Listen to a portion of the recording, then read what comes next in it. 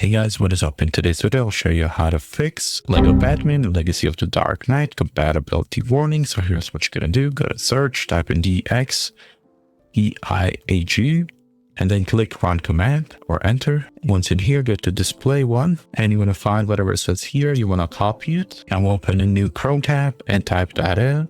So RTX 3090 and type in driver or whatever it says for you. Click the first link, click on manual search, type in again 3090 for in my case, and then select the Windows version and then click latest game ready driver, click download. Once this opens, you can download the NVIDIA app and automatically install drivers, or just download them and then install them. I'll do it through the NVIDIA app now. You want to open the NVIDIA app, go to drivers and simply click here install.